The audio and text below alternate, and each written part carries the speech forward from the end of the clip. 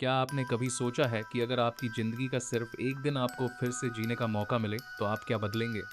आज की इस वीडियो में हम बात करेंगे साल 2023 की सबसे सस्पेंस से भरी फिल्म एक दिन की, जो आपको अंत तक अपनी कुर्सी से हिलने नहीं देगी। चलिए शुरू करते हैं इस थ्रिलर सफर को। फिल्म की शुरुआत होती है एक बहुत ही दिलचस्प सोचन के साथ। हम अक्सर फिल्मों में हीरो की धमाकेदार एंट्री देखते हैं, जहां हवाएं चलती हैं, गाड़ियां उड़ती हैं और पूरी दुनिया रुक जाती है। लेकिन असल जिंदगी कुछ ऐसी नहीं होती। असलियत में ज्यादातर लोग परिस्थितियों के बोझ तले दबे हुए एक कोने में सिमट कर रह जाते हैं, बिल्कुल दिनेश की तरह।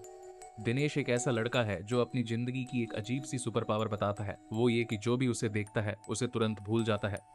नोएडा की एक आईटी कंपनी माइकोन डिजिटल में वो पिछले 2 सालों से काम कर रहा है, लेकिन वहां का यादव जी आज भी उसे ऐसे देखता है जैसे वो कोई अजनबी हो। यहाँ ध्यान देने वाली बात यह है कि फिल्म कैसे एक आम आदमी की अदृश्य होने वाली असुरक्षा को एक सुपर पावर का नाम देकर कितनी खूबसूरती से पेश करती है। यह न सिर्फ मजाकिया है बल्कि दर्दनाक भी है। दिनेश की माँ उसे लगातार शादी के रिश्ते भेजती रहती हैं, कभी आगरा की किसी मेडिकल स्टूडेंट का रिश्ता तो कभी कुछ और। वहीं ऑफिस में उसकी जिंदगी का हाल यह है कि उसका बॉस समरजीत, जिसे सब सैम कहते हैं, उसे सबके सामने जलील करने का कोई मौका नहीं छोड़ता। एक सीन में सैम प्रिया नाम की एक लड़की को इम्प्रेस करने के लिए दिनेश पर चिल्लाने लगता है कि उसने प्रिया का लैपटॉप ठीक क्यों नहीं किया। दिनेश बिना डरे सच बोल देता है कि लैपटॉप इसलिए हैंग हो रहा है क्योंकि उसमें पॉर्न की 2-7 फाइलें सी ड्राइव में भरी हुई हैं। यह पल हंसाता भी है और सैम की असलियत भी सामने लाता है। दिनेश के पिता का दर्शन था कि अपना काम करो, फल की चिंता मत करो। दिनेश कहता है कि इसी नेकुल ने उनके पिता की जान ले ली क्योंकि वे शायद फल खाने के चक्कर में ही बीमार रहे। खैर, दिनेश की जिंदगी में एक ही चमक है, मीरा रंगनाथन। मीरा ऑफिस की वो लड़की है जिसे देखकर वक्त धीमा पड़ जाता है। दिनेश उसे किसी एप्पल प्रोडक्ट की तरह एक्सक्लूसिव और एंड्रॉयड की तरह सब जगह फिट होने वाली खूबसूरती मानता है। वह मीरा को किसी खिलौनों की दुकान के बाहर खड़े बच्चे की तरह देखता है। फिल्म का यह हिस्सा हमें यह भी दिखाता है कि दिनेश के अंदर एक अलग ही दुनिया है। उसके डेस्क पर स्नो मिकू डॉल है जो उसे उसके पिता की याद दिलाती है। पिता मर्चेंट नेवी में थे और उन्हें जापान से गहरा लगाव था। एक दिन चमत्कार होता है, मीरा खुद उसके पास आती है। उसका प्रिंटर काम नहीं कर रहा है। दिनेश उसकी मदद करता है और दोनों की बातचीत शुरू होती है। मीरा उसे डिनो कहकर बुलाती है और दिनेश को लगता है कि शायद उसे उसका नाम याद रह जाएगा। यहाँ छोटी सी डिटेल बहुत प्यारी है कि कैसे एक प्रिंटर की खराबी ने दो अनजान लोगों को एक दूसरे के करीब ला दिया। यह फिल्म के उस आम इंसान वाले नैरेटिव को बहुत मजबूती से स्थापित करती है। हालांकि खुशियों के बीच एक तल्खी भी है। दिनेश ऑफिस में मीरा को नकुल नाम के एक सहकस्मी के साथ देखता है। नकुल अपनी तलाक की परेशानियों में उलझा हुआ है और मीरा उसे दिलासा दे रही है। दिनेश के दिल में कॉफी पर पूछने का ख्याल तो आता है, लेकिन मीरा और नकुल की गंभीर बातचीत देखकर उसे रुकना पड़ता है। कहानी यहाँ से एक इमोशनल मोड़ लेती है, जहाँ दिनेश का एक तरफा सपना और ऑफिस की कड़वी सच्चाई आमने सामने है। नकुल और मीरा अपने क्लाइंट लंच की तैयारी कर रहे हैं। ऑफिस में नकुल के स्टाफ के बीच चर्चा है कि नकुल की शादीशुदा जिंदगी काफी तनावपूर्ण है, जहां उनकी पत्नी को एक चुड़ैल जैसा माना जाता है। वहीं मीरा, जो कुछ दिन पहले ही नकुल के साथ खुलेआम न मिल पाने और तलाक की प्रक्रिया में देरी को लेकर रो रही थी, आज काफी खुश है। वह नकुल की परेशानियों को समझकर खुद को काफी भाग्यशाली मान रही है। यहाँ गौर करने वाली बात यह है कि यह सीन हमें दिखाता है कि कैसे प्यार में इंसान अपनी तकलीफों को भूलकर पार्टनर की खुशियों को अपनी खुशी मान लेता है, जो कि एक मैच्योर रिश्ते की निशानी है। अगले ही पल ऑफिस में माहौल बदलता है। नकुल अपनी टीम को बताता है कि टारगेट पूरे न होने और बोनस न मिलने की खबर है, लेकिन यह बस एक प्रैंक था। असल में टारगेट से कहीं ज्यादा काम हुआ है और पूरी टीम 5 दिन के लिए जापान जा रही है। मीरा और नकुल के लिए सरप्राइज यह है कि टीम के जाने के बाद वे 2 दिन और वहीं रुकेंगे। जापान पहुंचते ही मस्ती का माहौल बन जाता है। हक्काइडो की बर्फीली वादियों में वे तस्वीरें लेते हैं, गशापॉन मशीन में खिलौनों के लिए अपनी किस्मत आजमाते हैं और स्कीइंग करते हैं। नकुल मीरा को खुशखबरी देता है कि रितु ने तलाक के लिए हामी भर दी है, जिससे मीरा के सपने सच होते दिख रहे हैं। नकुल का यह कॉन्फिडेंस बताता है कि वह अब अपनी पुरानी जिंदगी से पूरी तरह आगे बढ़ चुका है। तभी कहानी में एक जबरदस्त मोड़ आता है। नकुल की पत्नी ऋतु अचानक जापान पहुंच जाती है। उसका कहना है कि उसके पिता ने वीजा का इंतजाम कर दिया और वह सीधे नकुल के होटल पहुंच गई। नकुल बुरी तरह सकपका जाता है और उसे समझ नहीं आता कि वह क्या कहे। ऋतु के आने के बाद सब कुछ बदल गया है क्योंकि नकुल को अब उसके साथ ही रहना पड़ेगा। ऋतु का व्यवहार काफी मीठा और सामान्य है, जिससे नकुल के साथ काम करने वाले कर्मचारी भी हैरान हैं कि यह तो वैसी बिल्कुल नहीं है जैसा उन्होंने सुन रखा था। यह यहाँ का सबसे दिलचस्प हिस्सा है। एक पल पहले जो फिल्म एक खूबसूरत रोमांटिक ट्रिप लग रही थी, वह अचानक एक असमंजस भरे ड्रामे में बदल जाती है।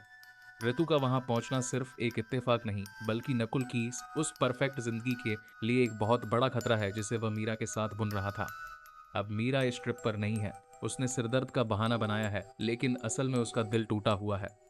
ऑफिस के बाकी लोग इस बात को लेकर परेशान हैं कि अब आगे क्या होगा, जबकि ऋतु और नकुल अपने कमरे की तरफ निकल जाते हैं। अंत में हम देखते हैं कि नकुल के साथी इस उलझन के बीच जापान के खाने और मौसम का लुत्फ लेने की कोशिश कर रहे हैं, जो इस स्थिति की गंभीरता और लोगों के बदलते हुए रिएक्शन को बखूबी दर्शाता है। कहानी की शुरुआत एक रेस्टोरेंट से होती है, जहां नकुल अपनी पत्नी ऋतु के साथ अपने ऑफिस के साथियों के बीच पहुंचता है। ऋतु के आने से माहौल थोड़ा बदल जाता है।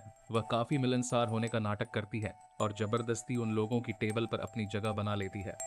यहाँ एक छोटी सी डिटेल गौर करने वाली है। ऋतु का व्यवहार ऊपर से तो बहुत मीठा है, लेकिन उसके शब्दों में एक तरह का नियंत्रण और दिखावा है जो नकुल को असहज कर रहा है। ऋतु सब पर यह जाहिर करती है कि कैसे वह और नकुल पहले कितने पार्टी लवर हुआ करते थे, और अब नकुल काम में इतना मशगूल हो गया है कि उसे भूल ही गया है।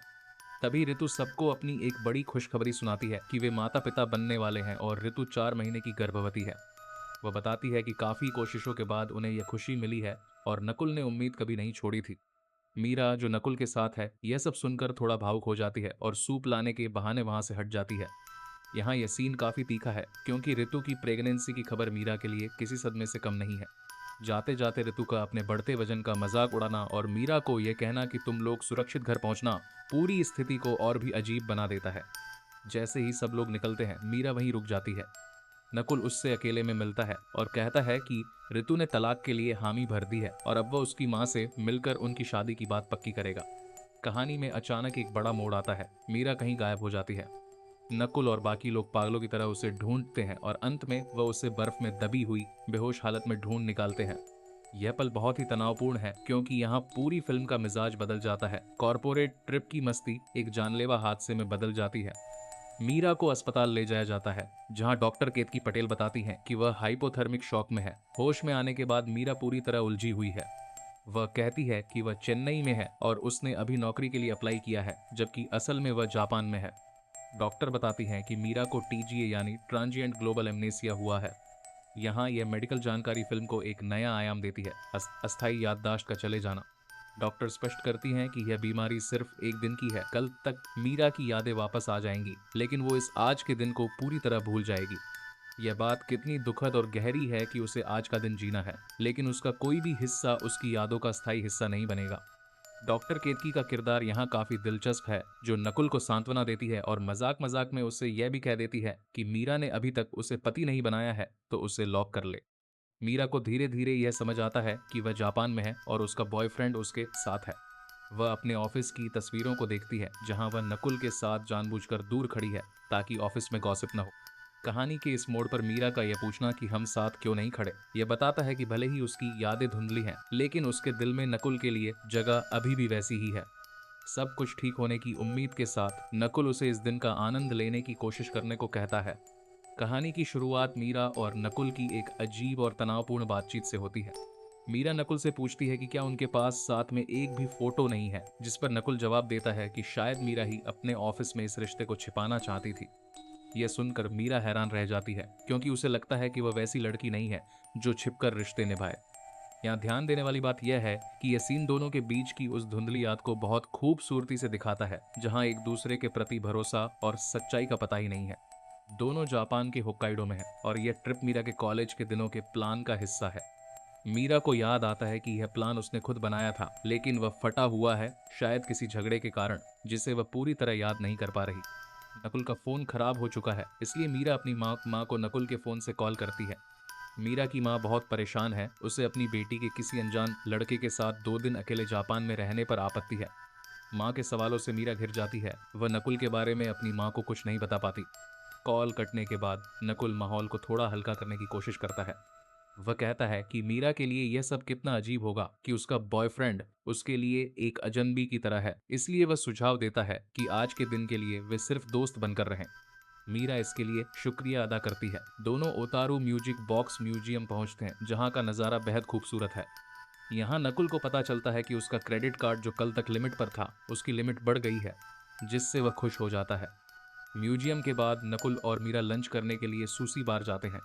खाने के दौरान मीरा नकुल को खरी खोटी सुनाती है कि उसने कल सड़क पर कूदकर अपनी जान जोखिम में क्यों डाली। नकुल अपनी अजीबोगरी वैज्ञानिक भाषा में तर्क देता है कि उसने ड्राइवर के डरने की संभावना की गणना की थी, लेकिन मीरा उसे डांटकर चुप करा देती है। यह सीन काफी मजेदार है क्योंकि नकुल का मिस्टर कैलकुलेटर वाला अंदाज मीरा की भावनाओं को बिल्कुल नहीं समझ पा रहा। तभी मीरा को याद आता है कि आज नकुल का जन्मदिन है। नकुल कहता है कि उसे भी याद नहीं था कि उसने ये एक्स्ट्रा 2 दिन अपना जन्मदिन सेलिब्रेट करने के लिए ही रखे थे। यह सुनकर मीरा उससे कहती है कि चाहे जो हो जाए, आज हम इस प्लान को पूरा करेंगे। नकुल के मन में यह ख्याल आता है कि काश मीरा सिर्फ एक दिन के लिए ही सही उसकी हो सके। दोनों हेल वैली जाते हैं, जहां की खूबसूरती नकुल को रोमांचित कर देती है और वह फिर से भूवैज्ञानिक जानकारियां देने लगता है। मीरा उसे परेशान करने वाला कहती है और फिर अपने रिश्ते के बारे में जानना चाहती है। वह पूछती है कि क्या वह नकुल की पहली गर्लफ्रेंड है और उनकी शुरुआत कैसे हुई थी। नकुल बहुत ही बारीकी से एक एक पल को याद करते हुए 10 अक्टूबर 2024 की उस पहली मुलाकात का जिक्र करना शुरू करता है। यह फिल्म का वह पल है जहां सस्पेंस और रोमांस का संतुलन बहुत बारीकी से बुना गया है, जो दर्शकों को यह सोचने पर मजबूर करता है कि आखिर इनके बीच हुआ क्या था। कहानी की शुरुआत एक बेहद निजी और सुकून भरे लम्हे से होती है। लड़का अपनी साथी मीरा को याद दिलाता है कि कैसे 1 साल 4 महीने और 2 दिन पहले उनके ऑफिस में मीरा का पहला दिन था। उसे सब कुछ याद है, मीरा की सफेद पोल्का डॉट वाली ड्रेस, हरे रंग का स्कार्फ और वह चमेली की खुशबू। वह बताता है कि कैसे उसे पहली बार देखते ही वह उसका दीवाना हो गया था। यहाँ एक बहुत ही छोटी लेकिन प्यारी डिटेल उभर कर आती है कि जब मीरा कुछ सोचती है तो अनजाने में अपने बालों के साथ खेलने लगती है। एक फिल्म समीक्षक के तौर पर देखें तो यह सीन किरदारों के बीच की केमिस्ट्री को बहुत खूबसूरती से स्थापित करता है, क्योंकि यह दिखाता है कि लड़का मीरा को कितने गौर से देखता है। बातचीत के दौरान मीरा एक गेम खेलने की चुनौती देती है, बिना पल के झपकाए 1 मिनट तक एक दूसरे की आंखों में देखना। मीरा उसे टोकती है कि वह हमेशा नजरें चुराता है। लड़का स्वीकार करता है कि उसे शर्म आती है, लेकिन इस गेम के बहाने दोनों की नजदीकियां बढ़ती हैं। संगीत के साथ जुड़ा यह पल स्क्रीन पर एक जादुई माहौल पैदा कर देता है। यहाँ फिल्म का बैकग्राउंड म्यूजिक कहानी के इमोशनल मोमेंट को और भी गहरा कर देता है। इसके बाद सीन बदलता है और हमें पता चलता है कि लड़के का जन्मदिन है। मीरा उसे स्नो म्यूकू डॉल गिफ्ट करती है, जिससे उसका पूरा कलेक्शन पूरा हो जाता है। बातचीत के दौरान वे अपने अतीत के किस्से साझा करते हैं। मीरा बताती है कि कैसे 17वें जन्मदिन पर उसकी गोवा जाने की सारी योजनाएं ट्रक हड़ताल के कारण धरी की धरी रह गई थीं। वह कहती है कि फिल्मों में सब कुछ कितना जादुई होता है, लेकिन असल जिंदगी में वैसा नहीं होता। इस पर लड़का बहुत ही सादगी से जवाब देता है कि कभी कभी असल जिंदगी में भी जादू हो जाता है। यह लाइन फिल्म की थीम को पूरी तरह से परिभाषित करती है कि कैसे छोटी छोटी खुशियां ही जीवन का असली जादू है। वे एक फोन रिपेयर शॉप पर जाते हैं, जहां लड़के का फोन ठीक हो जाता है, लेकिन जैसे ही फोन चालू होता है उसमें मैसेज आने लगते हैं। मीरा उससे पूछती है कि कल उनकी लड़ाई क्यों हुई थी और क्या उन्होंने सच में ब्रेकअप कर लिया है। लड़का कहता है कि आज के लिए वे सिर्फ दोस्त हैं। यह सुनकर मन में एक सवाल आता है कि क्या ब्रेकअप के बाद भी दो लोग इतने सहज रह सकते हैं। यह फिल्म का एक बहुत ही मानवीय पक्ष है, जो आज के रिश्तों की उलझनों को बखूबी दिखाता है। स्टेशन पहुंचने पर उन्हें पता चलता है कि भारी बर्फीले तूफान के कारण सारी ट्रेनें रद्द कर दी गई हैं। घबराहट और हताशा के बीच मीरा एक आखिरी बार खुशियां मनाना चाहती है। वह लड़के को अपना जन्मदिन मनाने के लिए कहती है और एक ऐसी ख्वाहिश रखती है जो आज की पीढ़ी के लिए थोड़ी फिल्मी लग सकती है। वह चाहती है कि लड़का उसे प्रपोज करे। लड़का घबराया हुआ है क्योंकि उसे लड़कियों से बात करने का ढंग नहीं आता, लेकिन मीरा उसे एक गेम की तरह खेलने को कहती है। शुरुआत में लड़का बहुत ही घिसे पिटे और बेकार पिकअप लाइंस बोलता है, जिस पर मीरा उसे टोकती है कि वह दिल से बोले। अंत में लड़का मीरा के प्रति अपनी भावनाओं को बहुत ही ईमानदारी से बयां करता है। वह कहता है कि वह उसके लिए किसी एवरेस्ट की तरह है, इतनी ऊंची की पहुंच से बाहर, लेकिन फिर भी इतनी खूबसूरत कि उसे देखते रहना ही काफी है। वह मीरा की आंखों की चमक और उसकी मासूमियत की तारीफ करता है। यह प्रपोजल का सीन इस हिस्से का सबसे भावनात्मक मोड़ है, जहां एक साधारण सा लड़का मीरा के सामने पूरी तरह से निहत्था होकर खड़ा है। यह दिखाने के लिए कि सच्चा प्यार दिखावे में नहीं, बल्कि सामने वाले की अच्छाइयों को पहचानने में होता है। कहानी की शुरुआत एक बेहद खूबसूरत और रोमांटिक मोड़ पर होती है, जहां नायक नायिका से कहता है कि भले ही उसे नहीं पता कि वह उसका दिल जीत पाएगा या नहीं, लेकिन सपने देखने में कोई कोई बुराई नहीं है। वह उसे सलाह देता है कि अगर वह किसी की आंखों में देखकर बात करेगी तो सामने वाला खुद को बेहद खास महसूस करेगा। इसी बीच साप्पोरो जाने वाली ट्रेन आती है और दोनों उसमें सवार हो जाते हैं। माहौल में एक जादुई एहसास है, जैसे कि मोमबत्ती बुझाते समय मीरा ने जो दुआ मांगी थी स्नो फेस्टिवल तक पहुंचने की, वो पूरी हो गई हो। यहाँ फिल्म का संगीत और दृश्यों का तालमेल इतना शानदार है कि दर्शक भी उस बर्फीली खूबसूरती में खो जाते हैं। यह सीन दिखाता है कि कैसे एक छोटे से पल में दो लोग एक दूसरे के करीब आते हैं।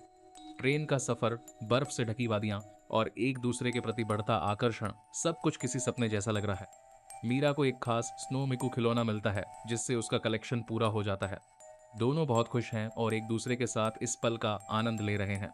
तभी मीरा एक गहरी बात कहती है कि कितनी मेहनत से कोई सुंदर चीज बनाई जाती है, सिर्फ अगले दिन उसे टूटते देखने के लिए। वह पूछती है कि क्या सारा संघर्ष सिर्फ एक दिन के लिए है, जिस पर उसका साथी कहता है कि कभी कभी एक दिन भी काफी होता है। यह संवाद फिल्म की फिलॉसफी है जो हमें वर्तमान में जीने का संदेश देता है। कहानी में अचानक एक बड़ा इमोशनल ट्विस्ट आता है। होटल के कमरे में कपड़ों की जिप अटकने पर जब दोनों करीब आते हैं तो मीरा भावुक होकर कहती है कि वह नकुल से प्यार करती है। तभी वह लड़का उसे रोकता है और अपना असली नाम बताता है, दीनो। वह साफ करता है कि वह उसका बॉयफ्रेंड नहीं बल्कि उसके ऑफिस के आईटी विभाग में काम करने वाला एक सहकर्मी है। मीरा हैरान रह जाती है। उसे लगता है कि दीनो ने उसकी बीमारी और याददाश्त खोने का फायदा उठाया है। वह गुस्से में उसे बाहर निकाल देती है। यहाँ फिल्म का स्क्रीन प्ले बहुत चालाकी से खेला गया है। दर्शक भी मीरा की तरह ही भ्रम में थे और यह खुलासा एक जोरदार झटके की तरह सामने आता है। गुस्से में मीरा असली नकुल को कॉल करती है। नकुल की बेरुखी और उसकी बातों से साफ हो जाता है कि वह अपनी पत्नी ऋतु के साथ है और उसे मीरा की कोई परवाह नहीं है। मीरा को सच का पता चलता है, नकुल ने उससे झूठ बोला था कि वह तलाक लेने वाला है, जबकि असल में वह अपनी पत्नी के साथ खुश है और ऋतु गर्भवती भी है। मीरा टूट जाती है। उसे एहसास होता है कि वह जिसे अपना हमसफर समझ रही थी उसने सिर्फ उसका इस्तेमाल किया। दीनो फिर से मीरा के पास आता है और कबूल करता है कि उसने नकुल बनने का नाटक इसलिए किया था क्योंकि वह नहीं चाहता था कि मीरा इस ट्रिप पर अकेले दुख मनाए। उसने फचून बेल के सामने यही दुआ मांगी थी कि मीरा को सिर्फ एक दिन के लिए उसकी खुशी मिल सके। दीनो की सच्चाई सुनकर मीरा का गुस्सा पिघल जाता है। उसे समझ आता है कि उसने जिस झूठ को नफरत की थी वह नकुल के कड़वे सच से कहीं ज्यादा सच्चा था। वे दोनों एक साथ चलने का फैसला करते हैं। दिन ढल रहा है और वे चाहते हैं कि यह समय यहीं ठहर जाए। मीरा कहती है कि उसने आज अपनी याददाश्त खोकर वह प्यार पा लिया जो वह हमेशा से चाहती थी, लेकिन उसे डर है कि कल सब कुछ फिर से भूल जाएगी। दीनो एक मुस्कान के साथ पूछता है कि क्या उसे याद दिलाने पर वह यकीन करेगी। यह सीन पूरी फिल्म का सबसे भावुक लम्हा है, जहां एक अनकही उम्मीद के साथ कहानी आगे बढ़ती है। मीरा के कमरे में सन्नाटा पसरा है और स्क्रीन पर उसका खुद का चेहरा दिखाई दे रहा है। वह कैमरे में देखकर खुद को समझा रही है कि आज 2 फरवरी है और उसे टीजीए यानी ट्रांजिएंट ग्लोबल एमनेसिया है, जिसकी वजह से वह आज का दिन याद नहीं रख पाएगी। मीरा वीडियो में कहती है कि यह दिन बहुत खास है क्योंकि इस दिन उसने एक इंसान को जाना है जिसका नाम है दिनेश कुमार श्रीवास्तव, जो उसके ऑफिस के आईटी डिपार्टमेंट में काम करता है। वीडियो में मीरा कहती है कि जब जापान से सब चले गए थे तब दिनेश सिर्फ उसके लिए वहां रुका रहा। वह उसे याद दिलाती है कि उसने सिर्फ एक दिन में उससे सच्चा प्यार किया है। मीरा का वीडियो में यह कहना कि एक दिन का प्यार भी पूरी जिंदगी भर का एहसास दे सकता है, कहानी का सबसे भावुक और गहरा हिस्सा है। वह उसे वीडियो देखकर दिनेश को कॉल करने की हिदायत देती है। हकीकत में मीरा इस वीडियो को देखते हुए घबरा जाती है। वह उस अनजान लड़के को अपने कमरे में देखकर डर कर चिल्लाती है और पुलिस को बुलाने की धमकी देती है। दिनेश उसे समझाने की कोशिश करता है कि यह कोई मजाक नहीं है, उसने 4 घंटे पहले ही यह वीडियो रिकॉर्ड किया है, लेकिन मीरा के लिए वह एक अजनबी ही है। यहाँ यह ध्यान देने वाली बात है कि कहानी कैसे एक साइकोलॉजिकल ड्रामा से इमोशनल थ्रिलर में बदल रही है। मीरा का अपनी ही रिकॉर्डिंग को फेक बताना इस बात को दिखाता है कि इंसान उस सच पर यकीन करना कितना मुश्किल समझता है जिसे उसका दिमाग स्वीकार नहीं कर पा रहा है। अगली सुबह मीरा को फ्रंट डेस्क से फोन आता है कि उसकी फ्लाइट आज है। मीरा हैरान है क्योंकि उसे लगा था कि आज 30 तारीख है और उसे दौर तारीख का कुछ भी याद नहीं। वह होटल से चेक आउट करती है और स्नो फेस्टिवल के बारे में पूछने पर उसे पता चलता है कि उसने कुछ नहीं देखा। मीरा घर वापस लौट आती है। उसका बॉयफ्रेंड नकुल उसे धोखा दे चुका है, पर मीरा को अब कोई गुस्सा नहीं है। उसे बस ऐसा लग रहा है जैसे उसने कुछ बहुत कीमती खो दिया है, हालांकि उसे ठीक से याद नहीं कि वह क्या है। जब उसकी दोस्त श्रुति उसे जापान से लाई हुई एक स्नो मिक्कू डॉल देती है तो मीरा चौंक जाती है। उसे याद आता है कि उसने ये डॉल फाड़ दी थी, फिर यह सही कैसे है। वह अपनी फोटो गैलरी चेक करती है और पाती है कि उसके फोन में 2 फरवरी की ढेरों तस्वीरें और वीडियो हैं जिसमें वह बर्फ में हंस रही है और किसी के साथ घूम रही है। यह डिटेल बहुत अच्छी है क्योंकि यह फिल्म में एक रहस्य पैदा करती है। मीरा के पास सबूत तो हैं, लेकिन उन सबूतों को बनाने वाला शख्स गायब है। एक बार फिर यह फिल्म दर्शकों को यह सोचने पर मजबूर करती है कि क्या हम वाकई अपनी यादों के भरोसे जी रहे हैं या वो यादें ही हमें धोखा दे रही हैं। मीरा अस्पताल के डॉक्टर को कॉल करती है। डॉक्टर उसे बताता है कि उसे हाइपोथर्मिक शॉक लगा था और उसे एक लंबा चश्मा पहनने वाला लड़का अस्पताल लाया था जिसके चश्मे के फ्रेम पर सेफ्टी पिन लगी थी। डॉक्टर की बातों से मीरा को यकीन हो जाता है कि उसने वाकई किसी बहुत खास इंसान को खोया है। वह बेचैनी में दिनेश को ढूंढने निकलती है। उसे पता चलता है कि दिनेश ने ऑफिस से इस्तीफा दे दिया है। अंत में वह दिनेश के घर पहुंचती है और उसे बदहाल हालत में देखकर उससे पूछती है कि उसके साथ क्या हुआ और वह ऐसा क्यों कर रहा है। यहाँ कहानी का मुख्य मोड़ आता है जहाँ दिनेश का मौन मीरा के लिए सबसे बड़ा सवाल बन जाता है। कहानी की शुरुआत एक बेहद भावुक मोड़ से होती है जहाँ डीनो अपनी माँ के सामने बैठा है। वह थोड़ा घबराया हुआ है और उसने वह वीडियो डिलीट कर दिया है जिसे मीरा को सब कुछ याद दिलाने के लिए बनाया गया था। डीनो को डर है कि अगर मीरा ने वह वीडियो देख लिया तो वह उसे वैसे नहीं देखेगी जैसा वह पहले देखती थी। उसे प्यार महसूस नहीं होगा, बस एक खालीपन नजर आएगा। यहाँ गौर करने वाली बात यह है कि डीनो का यह डर कितना वास्तविक है, क्योंकि प्यार में इंसान अक्सर अपनी उस छवि को खोने से डरता है जो उसके पार्टनर की नज़रों में होती है। लेकिन उसकी माँ उसे हिम्मत देती है और समझाती है कि अगर मीरा एक बार उससे प्यार कर सकती है तो दोबारा भी कर सकती है। माँ की सलाह मानकर डीनो आगे बढ़ता है। अगले सीन में हम डीनो को एक ग्रोसरी स्टोर में देखते हैं जहाँ वह मीरा से मिलता है। वह बड़े ही सहज और चुलबुले अंदाज में बातचीत शुरू करता है, यहाँ तक कि टमाटर और सब्जियों के बीच के वैज्ञानिक अंतर पर बहस भी करने लगता है। मीरा उसकी बातें सुनकर हंस पड़ती है। डीनो की आंखों में मीरा के लिए जो इज्जत और चाहत है वह साफ झलक रही है, खासकर जब वह कहता है कि उसे मीरा की हंसी बहुत पसंद है। वह मीरा को कल दोपहर लंच पर चलने का न्योता देता है और मीरा मान जाती है। लंच की टेबल पर माहौल थोड़ा गंभीर है। मीरा ने डीनो को पहचान लिया है, लेकिन उसे सब कुछ याद नहीं है। वह डीनो से पूछती है कि जापान की ट्रिप के बाद से उसे ऐसा क्यों लगता है कि उसने कुछ बहुत कीमती खो दिया है। यहाँ फिल्म का सबसे महत्वपूर्ण हिस्सा आता है। डीनो मीरा को अपना फोन देता है जिसमें उसने वह वीडियो रिकॉर्ड किया था। वीडियो में मीरा खुद को बता रही है कि उसे टीजीए यानी ट्रांजिएंट ग्लोबल एमनेसिया है।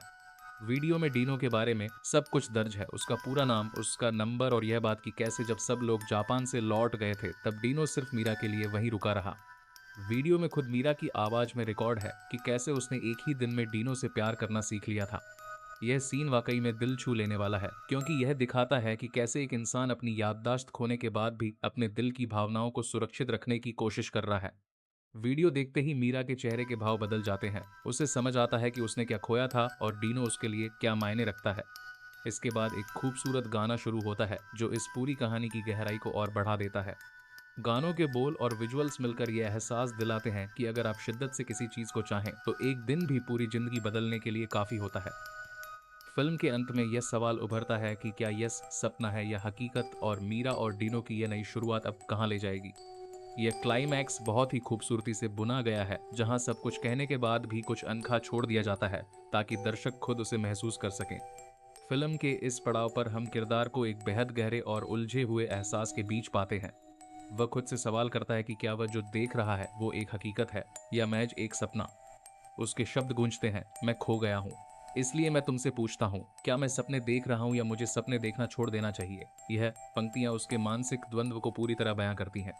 यहाँ ध्यान देने वाली बात यह है कि फिल्म मेकर ने कैसे बहुत ही कम शब्दों में एक इंसान के भीतर चल रही वैचारिक जंग को पिरोया है, जो दर्शकों को सोचने पर मजबूर कर देती है कि हम कब हकीकत से दूर होकर अपनी ही बनाई काल्पनिक दुनिया में फंस जाते हैं।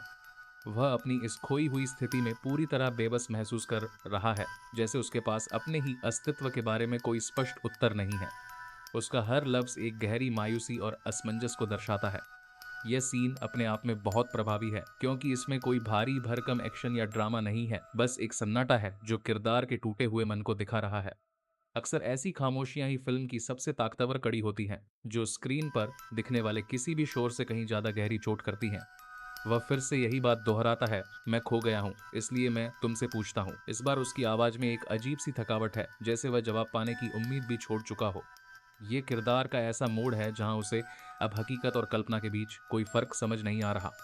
यह डिटेल यहाँ बहुत जरूरी है, क्योंकि यह बताती है कि कैसे धीरे धीरे उसका विवेक उस पर भारी पड़ रहा है। ऐसा लगता है जैसे वह अपनी इस उलझन को सुलझाने के बजाय इसे स्वीकार करने की कोशिश कर रहा है, जो कि किसी भी कहानी के आगे बढ़ने का सबसे दुखद और दिलचस्प हिस्सा होता है। और यही थी एक दिन 2022 की पूरी कहानी। अगर यह ब्रेकडाउन पसंद आया हो तो चैनल के साथ बने रहिए। मिलते हैं अगले वीडियो में।